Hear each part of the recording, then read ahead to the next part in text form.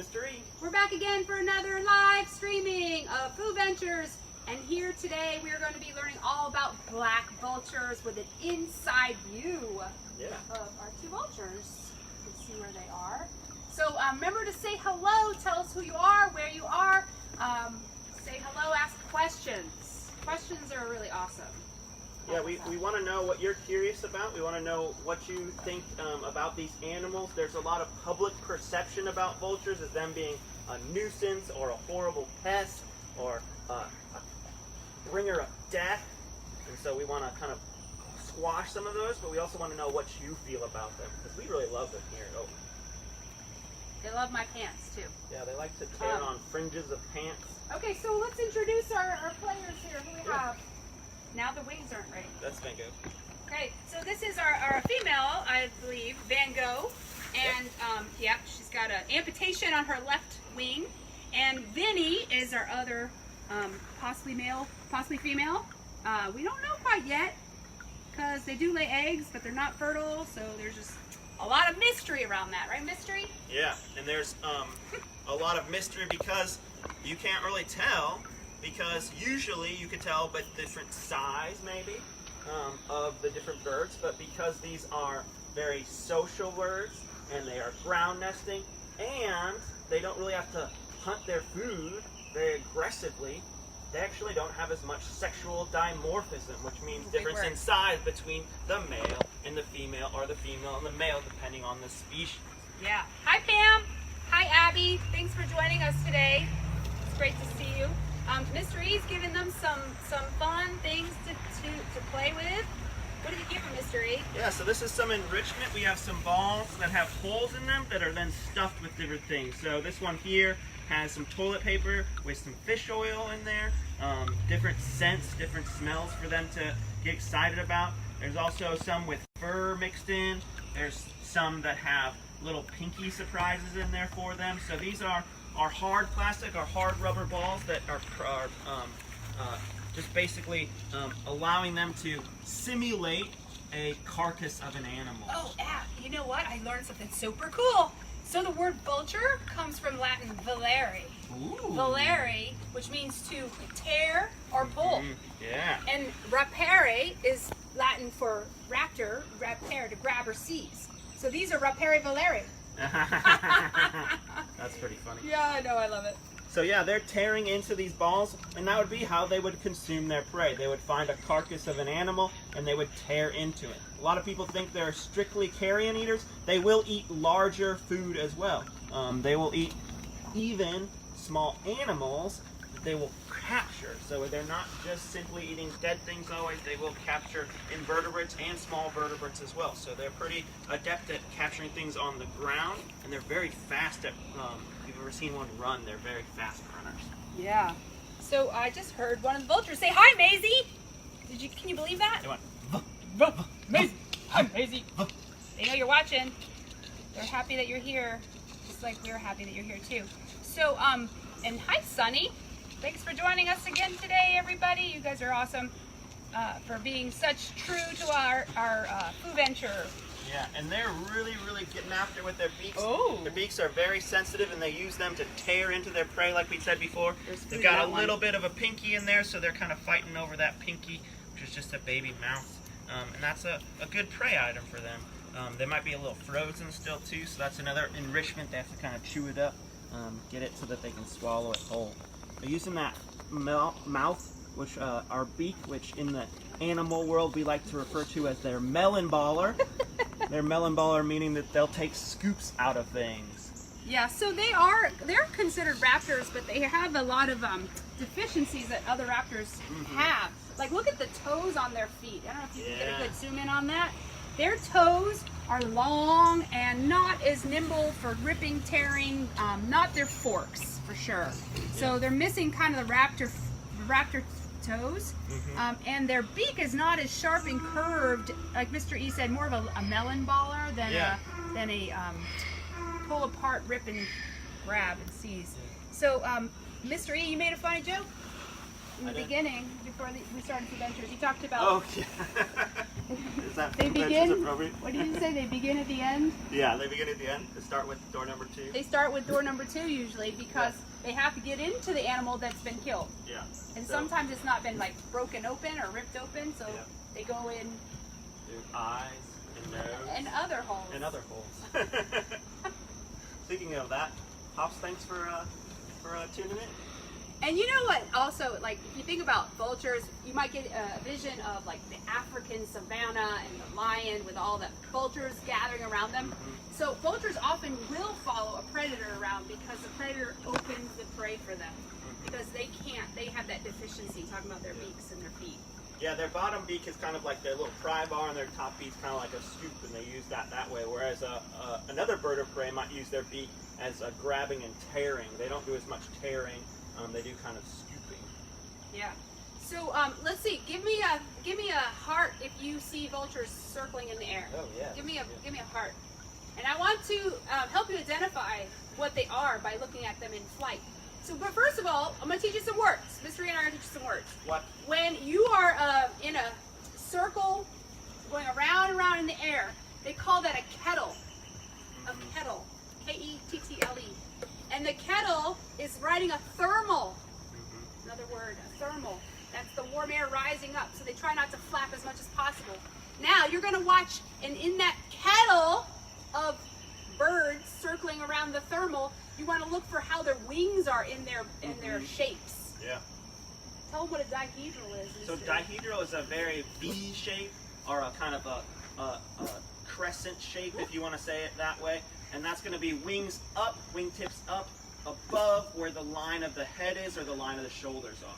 So up above. And they teeter-totter like and this. They will, and they'll fluctuate kind of within that thermal to raise their body or lower their body in the air column if they want to move towards a prey item that they see on the ground. Yeah, but you have to look closely because thermals will also have other birds like woodworks and even pelicans. So here's the deal, and osprey too. So vultures for V for vulture. Yep. Eagles, straight flat out. They have really broad, wide wings. And then pelicans, curve, like a P. Think of a P as a curve in it. And ospreys have elbows in their when they're thermaling or riding a air mass. So V for vulture, flat for eagles. It's stop now. Okay. We done? We back? See the blue ship? Oh, woof woof. Stop now. Are we working? We're good. All right. Sorry, we thought we were having technical difficulties. Our vulture was telling us. Okay. So we have 2 types of vultures here in North America. In the southeast, actually, I should say, we have the black vulture, which are these. Yep. What is the scientific name, Mr. Reed?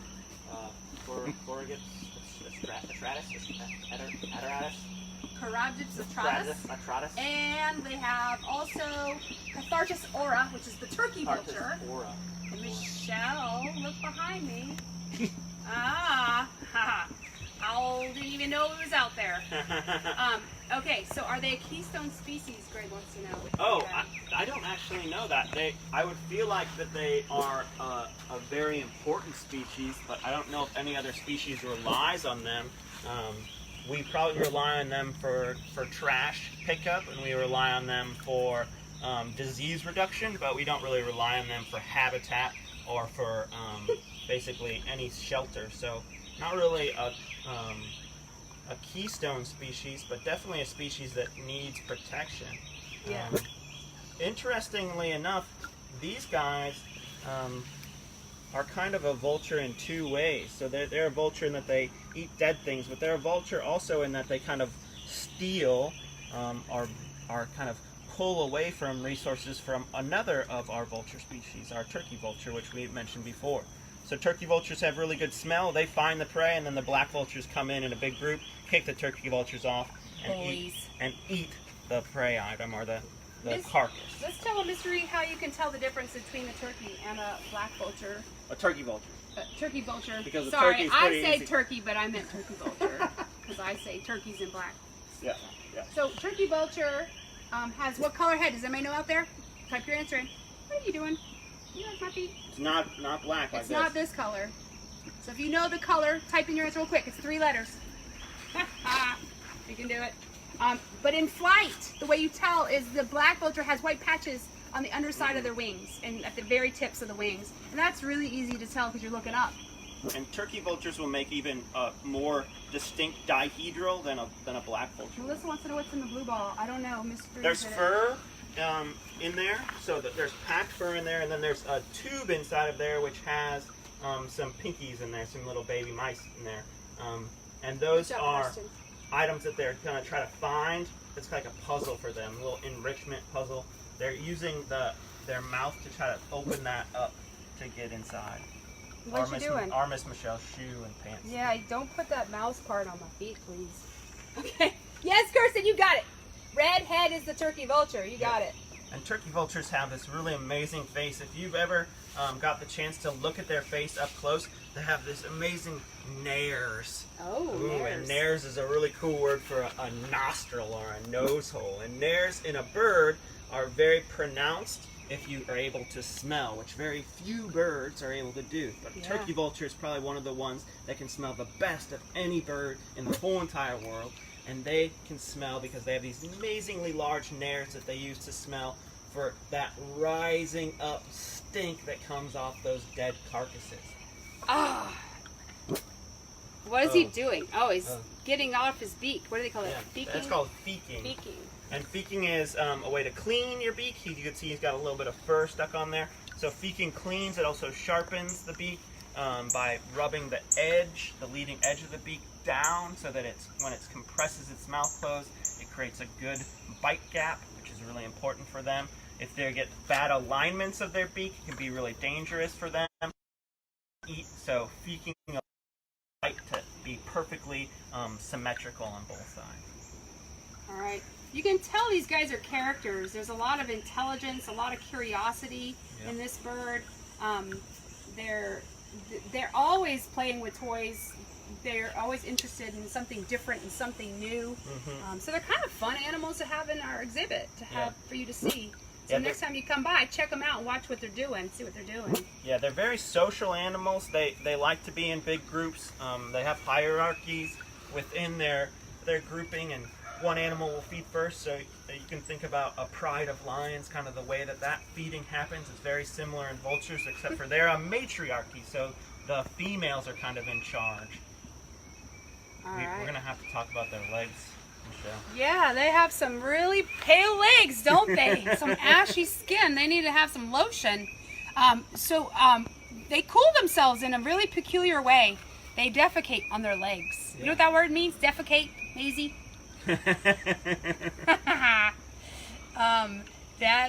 You probably do. So that is just a way to cool their legs down, believe it or not. Faustina, their beaks remind me of needle-nose pliers. Yeah, absolutely. That's a really It's good a comparison. good adaptation, yep. Yeah, and they've got that little hook on the end for grabbing and flying into those tight little spaces.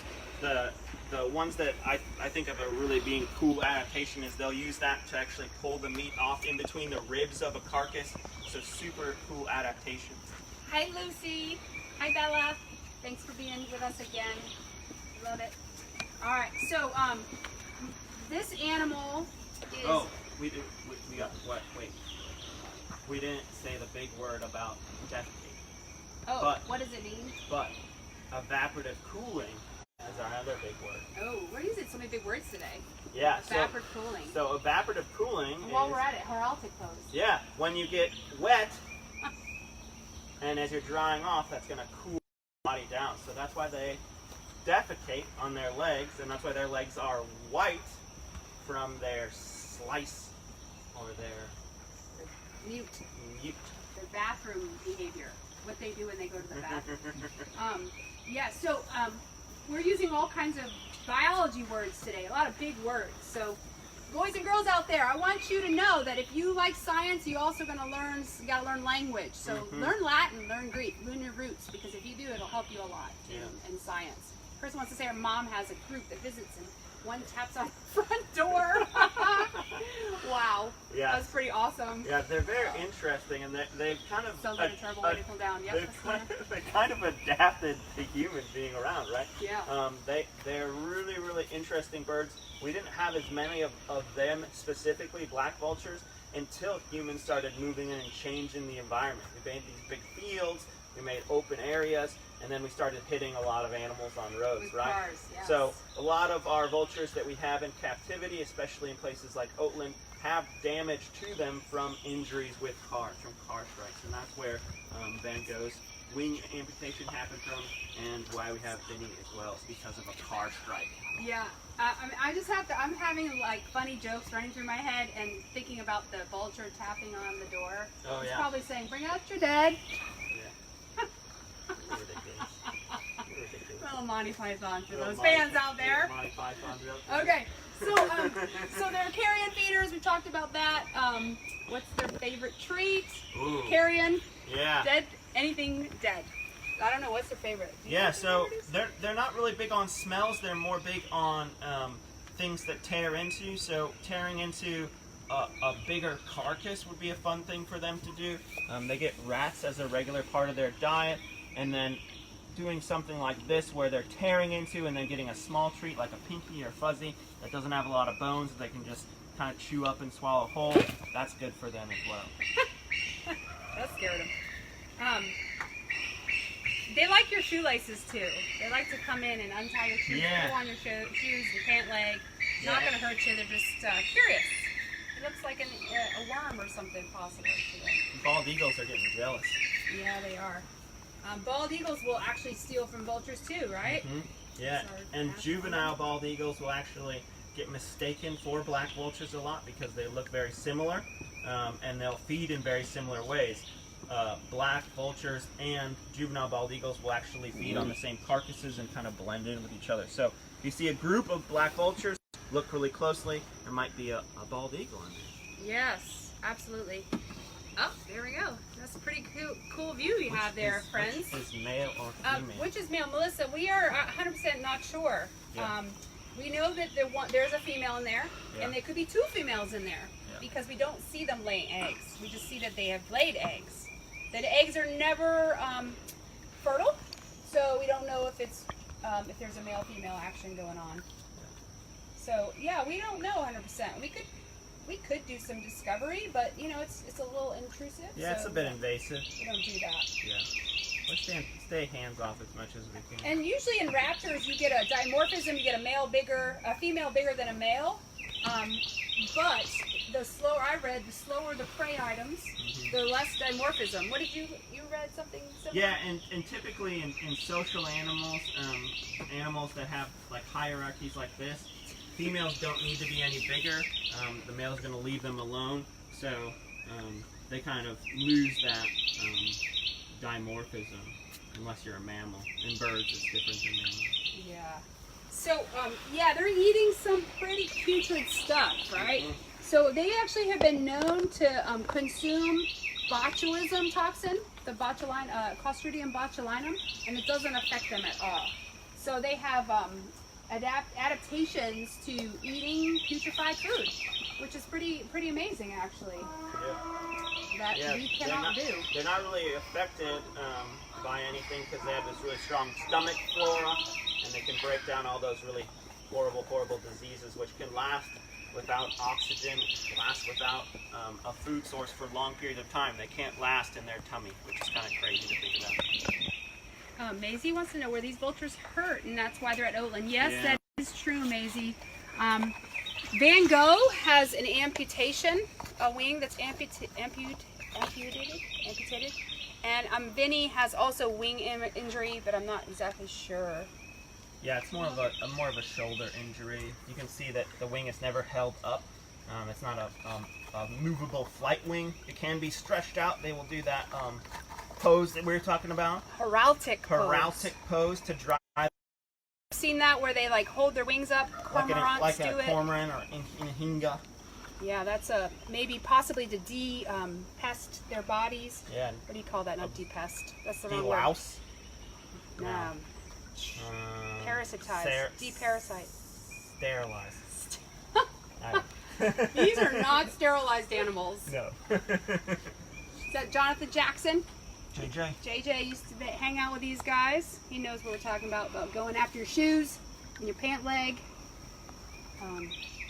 But yeah, they're pretty awesome animals, and so for them to get a bad repair in our world, we have to fix that. Yeah. The ecosystem services they give us is far better than any harm they would ever do to you. People don't like them when they like colonize outside their trees, maybe because they defecate, and I don't know. But oh, you can see the nictating membrane coming across right now on the head. His head in. That's super cool. oh yeah, because if you're putting your head in guts and gore, you're gonna have that eyelid closed. Yeah, those goggles. Yeah. Hi. Hello. Hi. Just tear something. This is really brain. Wild. Also allows them to get a good smell, get a good taste of what's in there. Yeah. So vultures are super cool because they don't have a voice box. Oh. And so any sounds they make are coming out of their gut, like the like an exhalation, like a hiss or a bark or a just on cue. yeah. So you won't hear vultures singing to each other, just doing that. And I don't know why they don't have a voice box. That's probably like a reason why evolutionarily they don't. Probably they just need the space for just swallowing big chunks of food. Yeah, I don't know. That's interesting. Yeah, do their beaks itch? I think more than their beaks itching, there's probably a little bit of fur bothering their nostrils at the top, their nares at the top of their beak. So they do have the ability to smell a little bit, but that is more for respiration. So because they need it for respiration, if it's getting tickled up there, they want to get that away, and that's why they're feeking or kicking with their feet at their face to get that hair away. Yeah. Remember, it's important to remember though, like you can't sterilize this environment super that much. Like you can't take away all of the ability of them to, you know, replicate what they would do in the wild. So hair is a very normal thing for them to deal with, so they're not in any danger having hair. This one actually has some snake skin in it. I thought that they would open it up, but I might have to give them some help. They can work for it. So their hair, they are featherless on their heads. Mm-hmm. Yeah. And somebody noticed that, and that's a really good adaptation. Yeah. Do you guys know why? Give us your best answers. And the important thing to remember is that all birds have feathers around their face, and these guys have feathers as well around their face. They're just not as feathered as other birds might be. And so those feathers have gotten smaller and more bristle-like, like hairs. Yeah, they're modified. So they look like hairs, but they're not. They're actually feathers. Yeah, so they actually do have feathers all over their head, just not the same feathers that they have over their bodies. Correct. Yeah. No contour. And so, does anyone out there have a venture, Fooventures? Of why? Fooventures? Have a venture. A venture. Yeah, I like it. Venture to find out. Can you venture? Yeah. That's nice.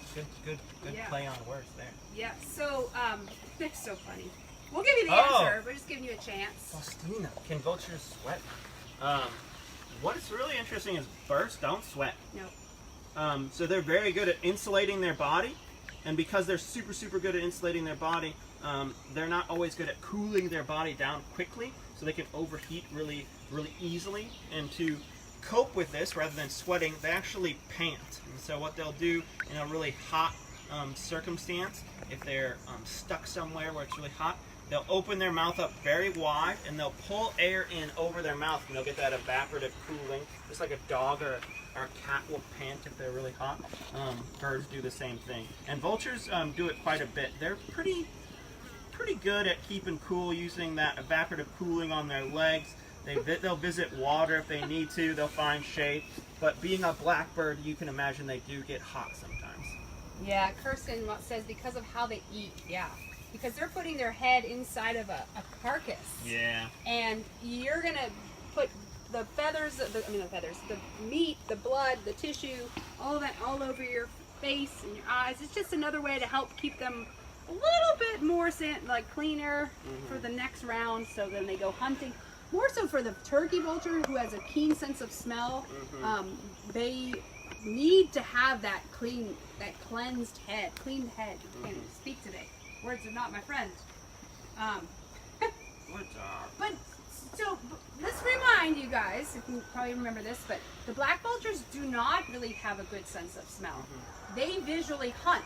So they're going to look for a kettle, and if there's a kettle, they'll look for a turkey vulture in the kettle, and they'll follow the turkey vulture, because the turkey vulture they know can smell a carcass. Yeah, a lot of times they'll have a separate kettle of black vultures above the turkey vultures, and they'll just stay high up, and they'll be watching below to see what the turkey vultures do. Yeah, so we're kind of answering that question right now, how they see things from high up. Yeah. They do have good vision. They can follow. They'll follow other birds. They can see something dead. They'll come down and investigate it. They're very social, so I imagine they would tell each other if they found a good find. Yeah, there's an interesting UGA study about these guys, and they place carcasses out anywhere from rat size all the way up to roadkill deer. And what they found was that 80% of the time the turkey vultures found the prey first, and then the black vultures came in after it. So they're very much most of the time going to be following those turkey vultures, having that kind of symbiotic relationship or symbiosis. And man, that turkey vulture is so good at detecting the mercaptans, the smells that come off of bacteria. Raise up on those thermals. Yeah, they actually, this is my favorite fun fact about vultures. Turkey vultures help utility companies find gas leaks. Yeah. Now, I don't know if you guys know this out there, you adults probably do, but our natural gas, eagles, calm down. Our natural gas that we cook with doesn't have scent. We put scent in it so that we know if we have a gas leak, or if we know we have a stove on, we walk in, we don't blow ourselves up. Well, if there's a leaky pipe out in nature, they sometimes don't know where it is, but they will know if there's turkey vultures circling around over some unknown object that they don't find. They'll find it first. So the vultures are used in the utility industry. Yeah. Gas companies. Yeah, it's super interesting too. You'll see these turkey vultures, and they'll form a kettle, and there'll be no carcass underneath, and they'll be like, oh, better go investigate. Yeah. What's going on? So they've saved the day. Another ecosystem service. Yeah, and they're very interesting too in that, like, the turkey vultures can smell, very well, but they're also just going to be, reserved and keeping energy as much as they can. So they're going to do that kettling quite a bit. So just because you see a kettle of individuals doesn't mean that there's a dead animal nearby, because they can smell from miles away and thousands of feet up an individual prey item. There you go. Animal people going by. All right. So I got a good word for you. What? You know, the words are my the friends. word? What do you call? It's not a joke. It's true. What do you call a group of vultures? Oh. It's a word. There's a couple words actually. Oh. So crows, a group of crows is a murder. And a group of owls is a parliament. So a group of vultures. Think What about groups of vultures. when you go to a burial, what do you go to? Ooh. When you have a viewing. Oh. That's interesting. Does anybody know what it is? They do. It's kind of a cool word. They call it a wake of vultures. A wake. That's kind of A creepy. wake. Well, there's other words too, but that one was my favorite. A wake. Yeah. What was the other one? There was another word. And I'm sure that you guys are probably all aware that, there is much to do about vultures in our culture and in many different cultures, and a lot of cultures view them as, undertakers, or if you've ever seen the animated Robin Hood, you might think of them that way. That's how I remember vultures in my childhood, because they weren't in the Midwest until recently, so that's kind of crazy to think about black vultures being up there now. But about is that other cultures kind of respect them in very interesting ways. So other cultures use vultures as a conduit to some better place, so to an afterlife. So they're very interesting, kind of bringers of death in some cultures, but also bringers of new life in others, which is really, really cool how we view them. Yeah, I like the whole idea of an aerial burial. Yeah. The aerial burials. Yeah, they're pretty crazy. Go and get put into a vulture first. afterlife. I love it. It's- Sign me up. Yeah, you can get dispersed by a vulture, which is pretty great. Yeah. Yeah, so we have two well-known or well-spotted, easy to see vultures. And if you go out west, they have a cousin. Ooh, yeah, my favorite. Your favorite? It's your favorite? I think it's Really? like super huge. it's because it's the biggest bird that we got. California Condor. Condors. Thumbs up if you've heard of the California Condor. And really amazing research going on with them because they're such a threatened, such an endangered species. They have almost every single individual has a tagged wing bar, so they have a number assigned to them so they can be studied, so that their population can come back up. They have captive breeding programs so that they can be reintroduced. Scientists are really working hard to bring this animal back from the brink of extinction. Yay, thumbs up. Thank you all.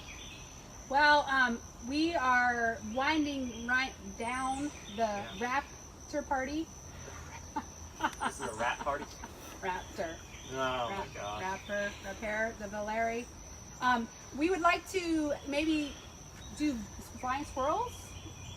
Join us Friday for flying squirrels. Yeah. We have some other ideas, but maybe you have some ideas too that you would like to see or learn about here at Oatland Island Wildlife Center. Yeah, let us know if there's any subjects that jump into your head. Oh, I really want to learn about this. I'm curious about this. We're happy to be curious along with you and explore that if we can. But also, if you have friends that haven't seen these or don't know about it, tell them about it, because I've been looking on the internet and I'm to give us a little pat on the shoulder. Our show's pretty awesome, because I've been seeing other zoos and other people do programs, and there's nobody like Mystery out there. Oh, and this show is so great. What's really important to remember too is that these are all viewable on Facebook, back on the Friends of Oatland Island Facebook page. They're on YouTube as well, so go check us out there. And then if you'd like to, or if you're local, they're on SCC PSS local channel 195. Yes, and please also, this is a program is sponsored by Friends of Oatland Island, and our gift shop is online now. Yeah. So we can be supported by you from your home. You can go shopping, buy yourself get yourself summer apparel, new t-shirts, new thermal cups. We love it.